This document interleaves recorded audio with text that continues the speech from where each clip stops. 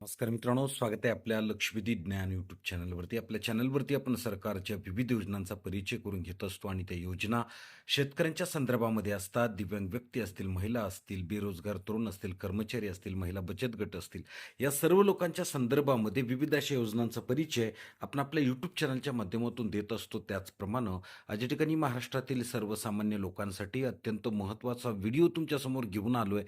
त्यासाठी व्हिडिओ शेवटपर्यंत पाहणं. आपल्या चॅनलवरती जर तुम्ही नवीन असाल तर प्रथमतः आपल्या चॅनलला सबस्क्राईब करा. मित्रांनो, शेतकरी मित्रांना आता आपण शेळी व मेंढी पालन योजनेबद्दल संपूर्ण माहिती देणार आहोत. आपला देश हा कृषीप्रधान देश म्हणून ओळखला जातो. देशातील सुमारे 55% पेक्षा जास्त लोक या व्यवसायामध्ये गुंतलेले आहेत आणि त्यांच्या या उदरनिर्वाहाचे साधन म्हणून सुद्धा याच्याकडे पाहिलं जाते.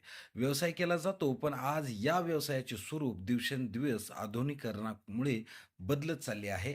या बदलाबरोबरच शेतीपूरक व्यवसाय करण्याकडे लोकांचा कल देखील वाढलेला दिसून येत आहे. जसे की पशुपालन, कुक्कुटपालन, शेळीपालन, मत्स्य व्यवसाय, वराहपालन हे पूरक शेतीपूरक व्यवसाय समजले जातात आणि या व्यवसायामध्येही मोठ्या प्रमाणात नफा मिळवण्यासाठी आधुनिक तंत्रज्ञानाचा वापर केला जात आहे. त्यामुळे शेतकऱ्यांच्या उत्पन्नात मोठ्या प्रमाणात वाढ होत आहे. पण अजूनही शेती क्षेत्रातील काम करणाऱ्या कुटुंबांचा समावेश हा दारिद्र्यरेषेखालील किंवा अल्पभूधारक म्हणून होतो. त्यासाठी सरकार मोठ्या प्रमाणात योजना आणत असते. या योजनेद्वारे त्यांना आर्थिक पाठबळ मिळावे हा हेतू सरकारचा असतो. म्हणून सरकारने शेळी व मेंढीपालन योजना ही शेतकऱ्यांपर्यंत पोहोचावी म्हणून अंमलात आणलेली आहे. या योजनेसाठी कोणती कागदपत्र असतात, अर्ज करण्याची पद्धत काय आणि योजनेसाठी अनुदान किती, पाहूया.